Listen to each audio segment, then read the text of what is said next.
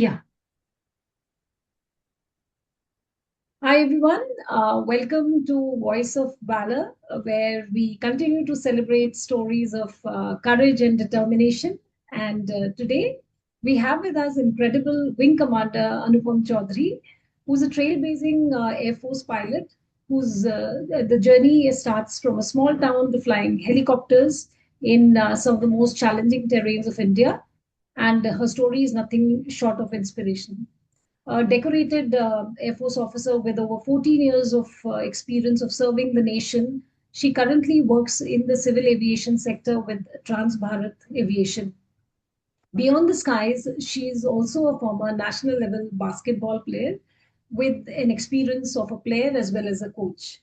So, from basketball to cockpit, she leads with courage all the way. Wing Commander Anupam Chaudhary, thank you so much for joining us. Welcome to Voice of Valor. Thank you You so hail from much. yeah, you hail from a small town and you went on to become a state level basketball player before eventually joining the Indian Air Force. Was becoming a pilot and serving the nation always a part of your dream? So, being from small town, there was very less awareness about if as a woman you can or as a girl you can join the armed forces. So the only option we ever heard of was NDA, and which was not yet available for girls to apply.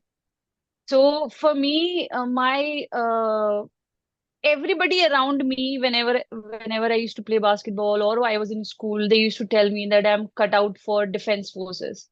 But I didn't know how to go about it. So I started applying for police. I started applying for such services. And meanwhile, I aspired to be an Indian basketball player. So I started preparing for that, towards which I made my move to Delhi. Okay. Then I joined Gargi College, and from there my journey started, wherein uh, I had no clue what I'm going to do. I was still fighting for the basketball and trying my best, but the politics and everything, sometimes it hits you down. But in amidst of all that, I met one girl. Randomly, I was just sitting on the stairs and just wondering what is to be done.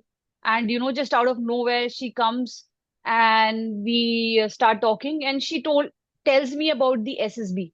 And then I told her that long time back I used to think that I will join Air Force or something like that. So she said, yes, you can still join the Air Force.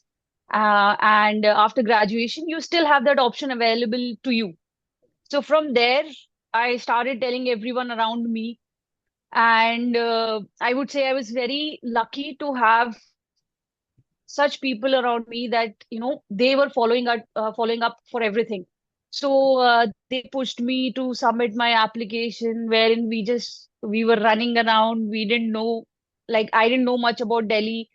So the speed, it was last day, and the postal office was about to be closed. We went there. We requested the guy there, the bhaiya, please wait. We'll just give you everything in 5 minutes. And he said, okay. And we explained the situation to him, and he understood, and he was like, okay, give me the application. I will take it with me. And from there, I got my first call for interview, and there was no looking back after that. So that's great, Anupam. And you're lucky to have such people around you when you needed them to guide you, right? Yes, And with a clear purpose and heart that beats for the nation, I think one is yes, bound to reach their destination. And I think it's all destined. yes, So, Anupam, yes. as one of the very few women to step into the cockpit, right? Did you ever feel the weight of breaking the barrier? And how did you deal with the challenges and expectations that came along with that in such a demanding field? So, yeah, so for me, it was never about breaking the barriers. For me, it was about giving my best wherever, whatever I was doing, because this was something that I started dreaming of, and this was the opportunity that was provided to me. And I feel sometimes we misinterpret women empowerment. Women empowerment is not other people empowering you. It is we empowering each other, and as a person, you empowering yourself. You don't, put yourself into categorization that I'm a woman, so I might feel these challenges, or men has an easy way in, or it's a cakewalk for them. It's not. But as a sports person, I had this competitive spirit inside of me, and also being from a team sports, I also had team spirit. So I always put my best foot forward, never gave up. Even with a fractured nose, I competed in the cross country. I represented Air Force Academy in IMA Dehradun, and continue. And I was adjudged as the first. I was adjudged first as a cadet in officer like qualities. So I batched that prize with a broken nose, and I feel that for ourselves we are restricting. We are the biggest hurdle for ourselves to achieve anything. If we believe in something, then nothing can stop us from achieving that dream. Yeah, I totally agree. So where I was coming from was that traditionally, if you look at the defense forces, right, women Yeah, they were not a part of the institution, and that's true. That's things are true. gradually changing. And absolutely right. I mean, you have to believe in yourself, and it really takes guts to stay strong in the kind of pressure that you deal with, right, while you're flying. So kudos to you for that. Yes. Anupam, Thank you. you mentioned while I spoke to you before we connected for Voice of Valor that your first posting was in Udhampur, and then you took on several high stake roles, from casualty evacuations to Yes. helicopter competitions, and even serving as a senior operation officer during the Balakot missile deployment. Could you share a moment or two, with the people who are watching as to what were those moments which truly tested your skill and resilience? So, for me, we had to undertake one casualty evacuation, and the weather was not very supportive at that point of time. We were actually carrying out a local flying. Okay. We were not scheduled to go anywhere, so we were just, carrying out local flying. In air itself, we received a call from ATC asking how much fuel we have. So we told them that we have this much amount of fuel. They said that there is a mine blast in Punch, Rajouri, Okay. and we have to evacuate a soldier from there to Jammu. So from the circuit itself, we set course for that place, and then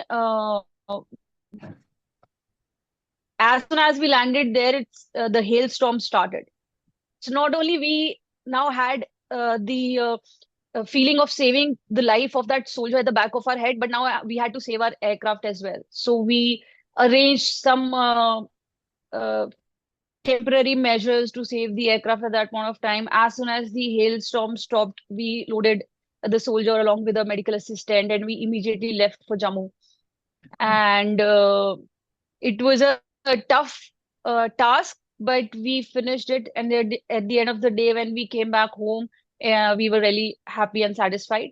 The second one, I would say, was during Balakot, because I've till so far I've had the experience of operating in a flying unit, but operating as a missile senior ops officer was another ball game altogether.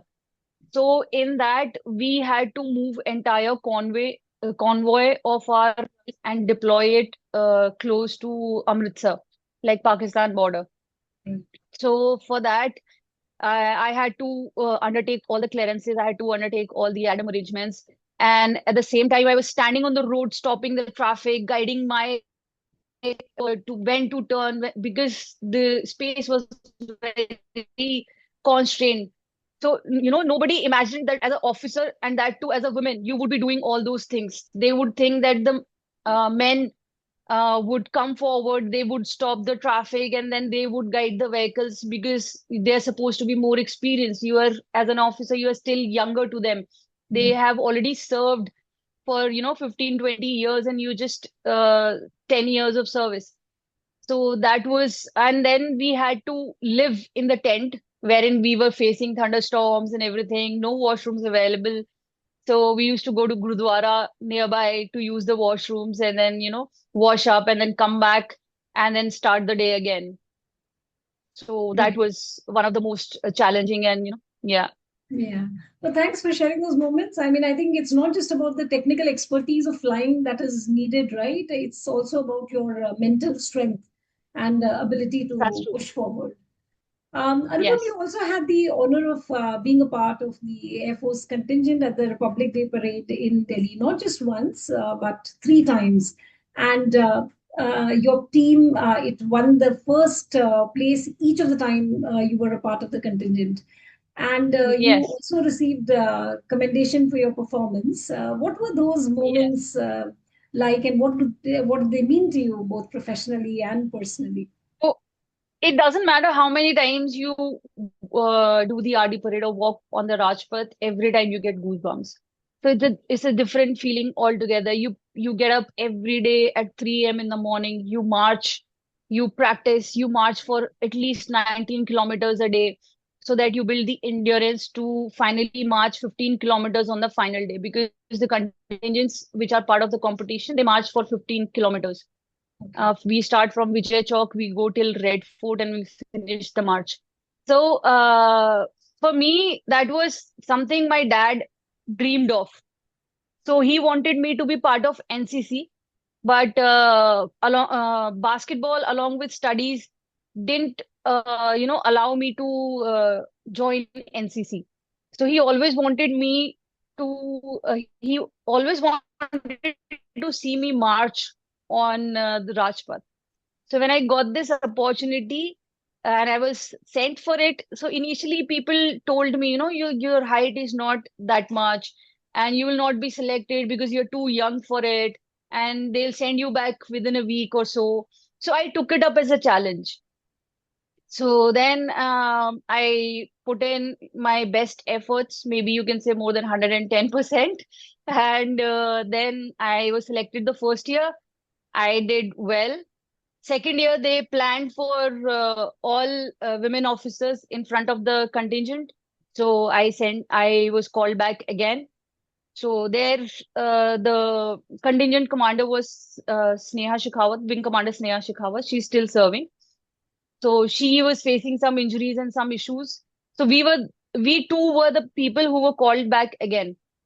So then we were told, that you have to push her and get it done, get it going. So then we together used to, when nobody was there, we used to practice. I used to make her practice and I used to practice with her commands and marching and everything. And we practiced so much that we won again. There was no doubt the way we performed. Even when we came back, we saw it on the TV and we were sure that we are going to win it. The first time we won it after 23 years for Air Force. The Wow. second time was a charm, and third time it became KRA for the chief that we had tricked. So I was called back again, wherein I had certain commitments, so I didn't want to go because I was losing out on flying, being out of the unit for such long period. So they sent me at the last moment, and then I faced an injury wherein I pulled my hamstring while marching.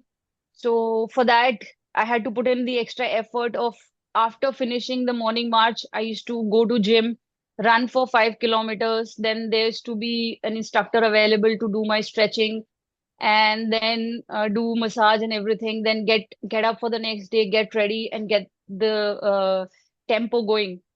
Right. So it was the third time we won. It was an amazing feeling, and I was like, I have attained it all because you couldn't ask for anything more. Like I was the common point in all three parades we won, and they had displayed the photographs in the third one when we got the trophy. We There's a party wherein get together is there, so they had displayed all 3 years photographs, and everyone was pointing out you are the only common, Yeah. person in all three. So that gave me an immense proud that I was able to do it for Air Force.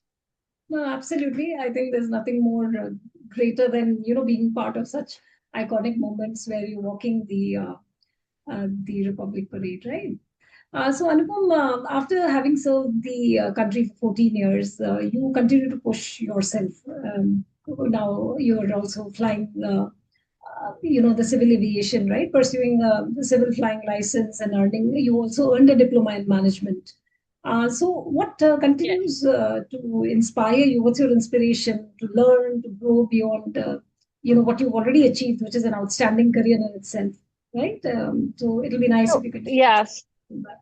So I feel as a person, you never feel that you have accomplished everything. So there's always scope for improvement. There's always something that you can learn. And I enjoy flying a lot. It is my passion. So when it was time to say goodbye to Air Force, while I was undergoing the management course at Faculty of Management Studies, Delhi University, the my batchmates, as in they were seniors, they were juniors, but all of them, they saw that passion in me that I was too passionate about flying. So they kept on pushing me, if you love something, why don't you go for it? Right. So just before that, I had undergone uh, surgery because of which I was medically down. So I wasn't sure if I'm going to make it in the civil or not. It was diagnosed to be near to cancer stage. I had a lump in my thyroid. So that was because I was posted to Leh Ladakh area, and because of iodine deficiency, these conditions are bound to happen. Okay. So I'm one of the people who got it. Not everyone gets so lucky. So after that, then when I got that push which I needed from my classmates, I again went for the medical. I cleared my medicals. Then I started preparing for my exams. I cleared my exams. Then I decided on the company. Then I joined the company, did my training, and then finally started flying. It was a lot of struggles, but it was worth it because the more effort you put in, the sweeter the results are once you achieve it. But it doesn't stop there because there's so many things, to be ahead, look forward to becoming an instructor, maybe someday examiner, maybe someday join DGCA, pave a platform for the other women pilots to not be scared Yeah. that, sky is the limit, as we learned in the Air Force. So don't limit yourself and keep aiming higher and higher. That's Right. my mindset. Thanks so much. And finally, I would like to ask you, there are many young women, who are aspiring to be a pilot. They're watching you today. And not a pilot, even chasing some other dreams, right? What is the message that you'd like to share with them today on Voice of Valor? Dream big, work hard, don't stop, never give up. Okay, thank you. And one That is last the question. message. Just believe in yourself. Right. So, Anupam, one last question. Looking back at your extraordinary journey, what are you most proud of, and what is the legacy that you want to leave behind for the young women who are aspiring to make it big? For me, what I'm most proud of in my entire service career, I would say that I joined 114 HU Siachen Pioneers to and got the opportunity to fly in glaciers. So from a missile squadron, it's very rare that somebody goes back to active flying again. And that too, after not flying for 4 years, I had to now cope up with the high demanding operations of Leh. So everybody, when I got the posting signal, because I had put up an application that I want to go back to flying. First of all, everyone, started calling me that, why do you want to, destroy the peace of your life? You're having a peaceful life here. So I was like, no, I am meant to fly. Mm. This is not peace. This is just a break for me to prepare for something bigger. So then I got posted there. Then everybody called me that the level or the degree of difficulty will be way high because you have not flown an aircraft for 4 years. There, the aircraft behaves differently. You have to learn everything from scratch, and the graph is really steep. Like you will not get a break. So I was like, I am not scared of putting in the hard work. I just want to go back to flying. And if it's Makkah of helicopter flying that we call it, that if you've flown in glacier, then you've seen it all. Yeah. So that's what I'm most proud of, that I was able to go through the grind, finally fly as a glacier qualified captain, do the extreme, not only fly at the extreme of the machine, but extreme of the human limits, wherein you're taking off from minus 28, you're landing in minus 48, minus 50. And, it's difficult to breathe. And in the you don't care about that. All you care about is how to maintain the forward post, how to make the life of the soldiers that are deployed on those posts easier by continuing their supply. Right. So that was the yeah, biggest Great. achievement, I would say. Yeah, great, Anupam. I mean, thanks for sharing your story of courage, and your story is genuinely a shining example that no dream is big, and no background too small or barrier can stop you from chasing Yes, your dream, right? If you have your determination and your heart in place, you should continue that's true. continue to achieve your dreams. So to the listeners, I'm sure her story will inspire all of you to chase your dreams fearlessly and proudly. Until next time, I say keep dreaming big, keep daring, and keep soaring. Thank you so much, Anupam, for joining us today. And it was a pleasure to speak to you. Thank you. Yeah. Bye bye. Same here. It was a pleasure. Bye Thank bye. you. Thank you. Bye.